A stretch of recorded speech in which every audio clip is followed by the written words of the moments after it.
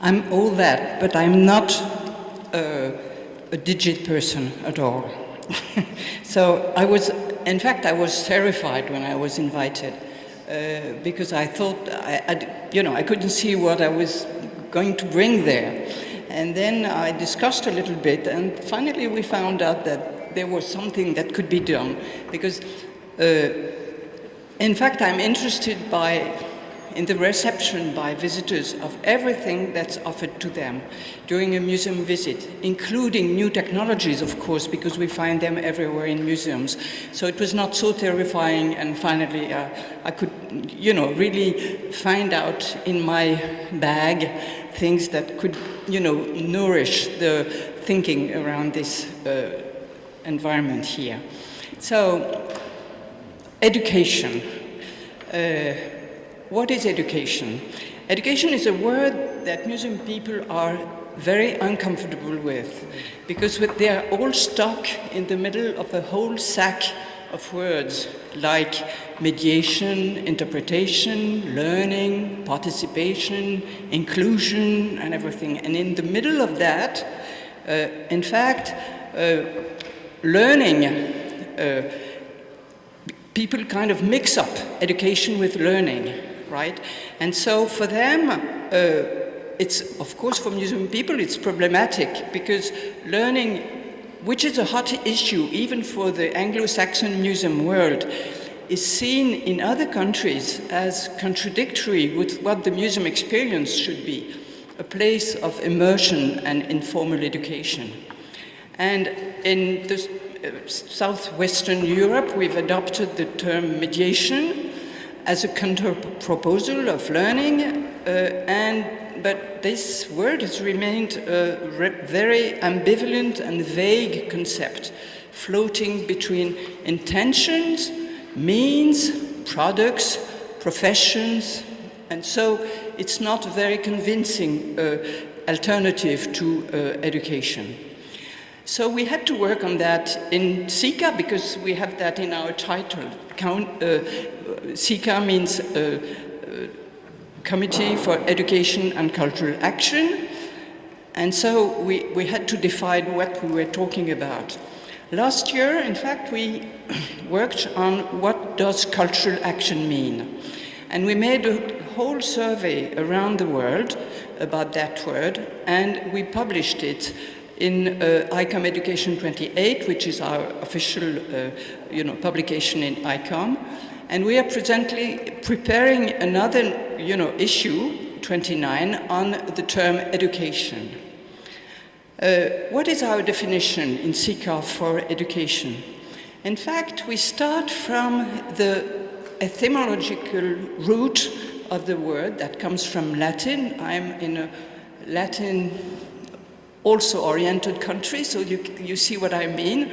So ducere in Latin means to lead, and ex means outside of. So ex ducere, education, would mean educating, allowing people to grow beyond their present state, making them branch out. And I think it's a wonderful definition for museum education. That is what we are trying to do. Having people of all kinds, not only children, not only handicapped, but general public, just getting bigger than what they were when they entered the museum. It's a great definition. So how do you achieve that? Because it's words, but how do you achieve that?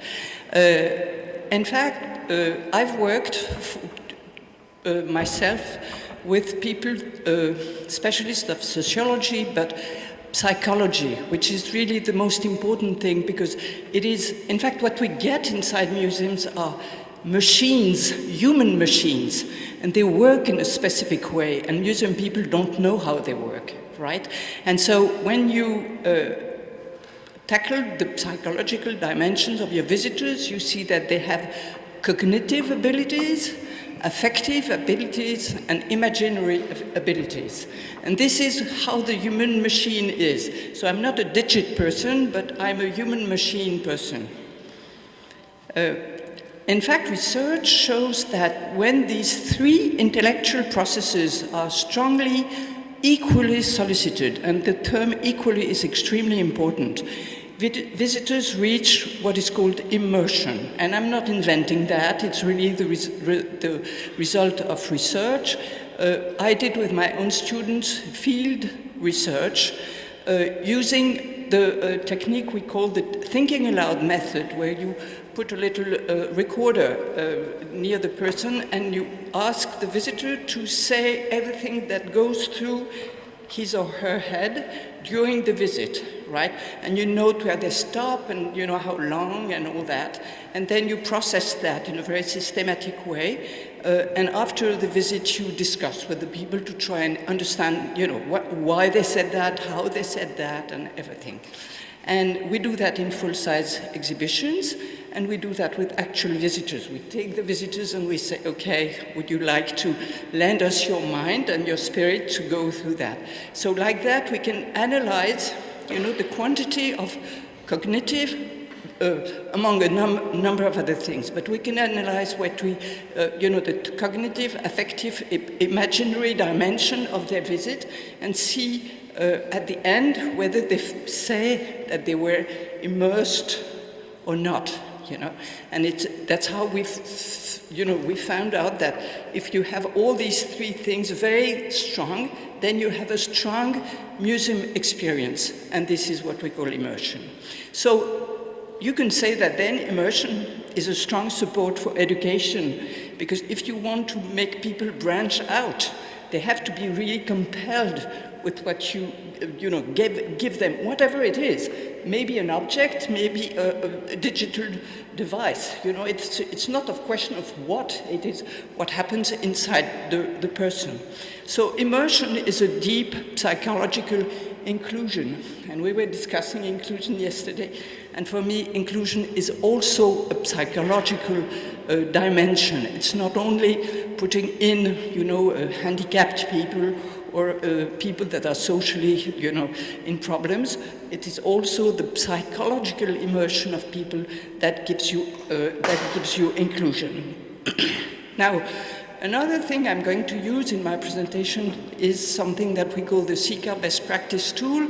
It's a tool that I designed about in 2011 now with my dear Canadian colleague, Colette Dufresne-Tassé, who has published a lot on a number of museum subjects.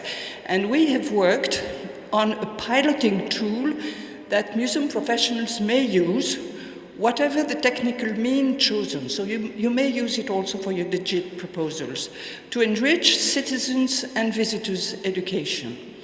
It will drive them when leading a project throughout successive stages that you know very well. When you drive a project, you have conception, realization, and evaluation, even if very often the museum people skip the evaluation and the assessment dimension.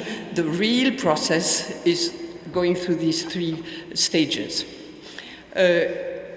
Among a number of criteria, and the best practice tool is published in now 8 languages in our website, the ICOM-CICA website. So you can, not yet in Hungarian, you could provide a translation.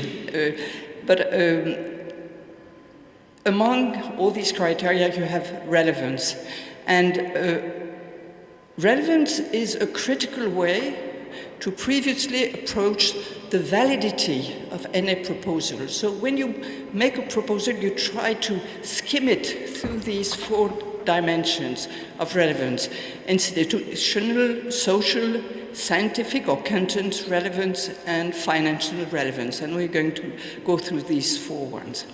Institutional relevance. So how does your program, your device, relate to the museum's mission, strategies, and plans? And this touches on the project's relationship with the policy of the institution and with its means, the strengths and weaknesses of the existing resources in the institution, things like the specificity of your collections, the scientific and professional resources that are around you, Then there is also a question of image. What is the image of the institution? What is the actual image? What is the image you are looking for? Then you have, of course, your management choices, and you know that when you touch to digital things, it's very important. You can very well, dream to have digital things, and having a director that's no. Then the requirements and external pressures made on the institution, like the things that are political. In France, at least, it happened that, for example, the mayor of a city would say, we want to have digital things in our museum, and people would push that without having really, integrated the whole thing in the rest, all these other relevance dimensions. Now, because there is another relevance that's so important, which is, we call it scientific, but it's probably less frightening to call it content relevant. How does the program relate to the museum's collections and stories? If you propose something, is it really connecting to what the rest of the museum is offering? Which information or which experience is the most crucial, considering the type of collection we display? I stress the crucial thing. Digital doesn't mean anecdotic. It means something very strong to go inside the crucial dimensions of an institution. And then which information or which experience is the most crucial for any visitor, considering the type of collection we display. So it's all that question of, relating the audience with the collection, and where is our program in between that? Then the social relevance, which is, I'd say, it's the thing that's now it's up to date. What is the product's perceived social value? We had a good example with Loche yesterday. How does the program or product relate to general museum audiences? How does the program or product relate to a specially targeted museum audience when you decide to work for a special audience? And which information or experience is most crucial for the targeted specific audience around this collection? So you see, again, we connect these two things in a very strong way. And then, of course, there is the budgetary rationale that you know very well. So how is the program funded? Is it public, private, regular, exceptional? But something that for me is very important is balancing financially all these relevance aspects with other potential projects of the museum. You are handling things that in general are quite expensive. So how do you, relate all these different relevance things around your product, knowing that there are other issues in the museum with other types of relevance? And so that's why this relevance tool is something that you should really apply throughout the running of your institution, because then you can compare and say, what is most important for me right now? Is it social relevance that is really high, in importance, or is it rather, content relevance? All that. So you have a tool to kind of assess the how would I say that? How important your project is compared to others. Now you may use these two tools, relevance assessment and education outcomes. And if you cross these, and we are going to do that together, that can help designing the type of digit product that you're going to choose. In fact, what I'm going to do is look at some international digit proposals under the 4 relevant points magnifier and the education outcomes. The first program I'm going to touch is an exhibition that took place in Paris that was called, I translated, Millenary Cities, Virtual Traveling from Palmyra to Mosul. It took place in the Institute of the Arab World in Paris last year, and it was driven by the IMA, UNESCO, and Econem, who is probably a society, a firm that you know. It was an extraordinary exhibition because it was completely immersive. It was completely immersive. You would be in an enormous room and several enormous rooms with images absolutely all around you, and in little rooms next to each other, screens with interviews and everything. And the idea was the projection on a very large scale of unpublished images of martyred monuments in the Middle East, captured by drones and reconstructed in 3D on the basis of archival documents and archaeological reconstructions. I'll just give you one example of that. You see what remains of that site and what they know about the site and how they have reconstructed the whole thing. So you were surrounded by these images of how things are, how things could become if the whole thing was reconstructed. We did, so when you go through the relevance assessment, the institutional one is, of course, the theme is dramatically linked to the institution's mission. The mission of the institution is being a presence in France of the Arabic culture, so here we are.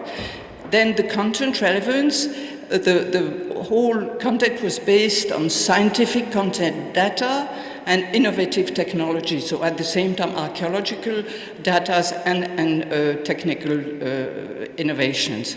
Then the social relevance, it's adequate information for both communities, French and Arabic. And you know that in France we have a strong Arabic communities because of our colonial past. And then budgetary rational, an institution with a modest collection, very few objects, but producing mainly large-scale exhibitions, and because of that, an important international financial involvement, also because you see it's such a strong subject. Now, what are the education outcomes of something like that? The research we led was around elderly visitors, thinking that technology was not evidently a plus to them. So we grabbed visitors in the exhibition and we made the research with them. And the results showed an intense psychological activity during the visit and an expressed feeling at the end of the visit of immersion, saying that they had rich cognitive activity, an imagination that was very much solicited, and a profound affective reaction.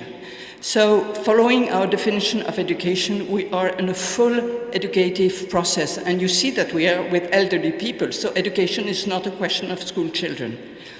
So now let's see some examples about the things that are so classical, that are the gallery information kiosks. This is an example coming from Quito, Ecuador. It's a nice private archaeological museum with, very classical things that you can touch next to the showcases. And so what is the institutional relevance is the collection is modest in size, but fine in quality, and so it allows deepening. Then you have scientific relevance, enhancing important local archaeology, information and activities using original archaeological documentation. And then you have social relevance, difficulty of interesting visitors to archaeology, we all know that, an important topic both for natives and for tourists. And then the budgetary rationale, a private foundation with important financial means, having led to an extensive renovation of the galleries, including, touch screens, of course. And then the Victoria and Albert Museum, which has the habit of putting next to important objects these booths of information that allow you to go very deep inside the information that the museum has on this object. So it's a very, very, very deepening process, but you see that the person is right in front of the object. And so when you conceive digit information in the galleries, you have some education outcomes, cognitive outcomes. What is the nature of information you are going to give? Is it what I call a structuring information? What I call a structuring information is something that you are going to be able to apply to another experience or another object. Okay, something that builds expertise in you, right? Or is it anecdotic? You know, the guy who made that had only one eye, you know? Or biographical, you know, this object is blah, blah, blah, blah, blah, and a lot of details about the object. So you see that the nature of information that you are going is so very important, and you have to see, you know, where you put the information and the sort of information you put. Then affective, the physical relation with the commented collection, and the tone of the information. And on that, in general, museums do a lot of work. And then the imaginary, you know, what is the personal experience of the people in front of such an object? Is there a possibility of making a link of imagination between these two? I'm going to show you an example of a museum with one very good example and one very bad example. The good example is the adults gallery, the bad example is the very young children galleries. The general concept of the museum is each person is unique and the ways of relating to universe are diverse. So the adult gallery, I love that. You enter and each person is unique. The concept is described with all these hands that have different shapes, you know, and you enter through these different people. And then you have booths presenting the different world religions. And these booths have been made by people originated from these religions. So it's really very, very kind of personal way of showing things. Among the Christian section, you have that, which are these large-scale models, and so you see things from the outside, but you can also see things from the inside, because you have that system that with a kind of joystick allows you to visit the inside of your building also, right? So that's what is offered to the people. So in a way, you see that we can have, with that also, institutional relevance, content relevance, social relevance. You know, you can use these tools over and over. And the same, what is the potential immersion of something like that? Cognitive, affective, imaginary. You see that you can apply these things, these tools to everything, in fact. Now, let's see the Children's Museum. Everything is in plastic. So I don't have time for the Children's Museum? No, yes. So I'm going to skip, I can explain. So I'd like to finish with that one, just the last one. The Musée de la Chasse et de la Nature in Paris, it's a private museum of hunting and shooting devices, works of art, animals and everything. And when you enter the museum, you have that very simple, I mean, it's a very simple device with proposals of the 10 rules to visit the museum, right? And everything is written in 3 languages, in French, in English, and as you see, in Latin. Because Latin is the language that is used when you describe nature everywhere in the world, right? And so that's just one rule I'm presenting you.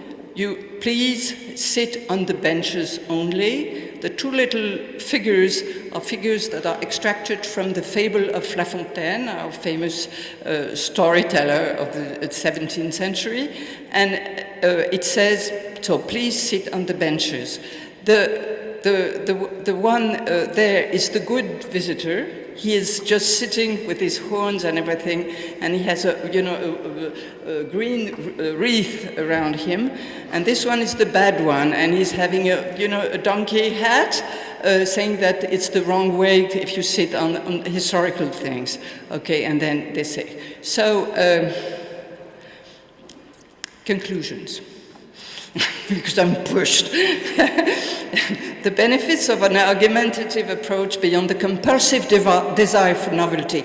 In fact, it is what is terrible for you, because you are the novelty. And so there is a kind of compulsive desire of you and the people around and your institution around novelty. And novelty is not enough. Okay, novelty is not education. So what you have to do is try and help the various decision makers in an institution to conceive together. That's the first thing. The curators, the educators, the communication, the financial people, so that they relate together, and then they ask the people outside, the providers, the technical providers. They have precise, demand of things, because very often you reach washy-washu results because the demand was kind of very weak or disputed between people, right? And then you have also in these the decision support system among different institutional needs. So what we try to do, it's try and reach inclusion, and I want to finish with that picture that I took myself in the Ara Pacis Museum in Rome, where you see how a whole family, old ages, different, are just,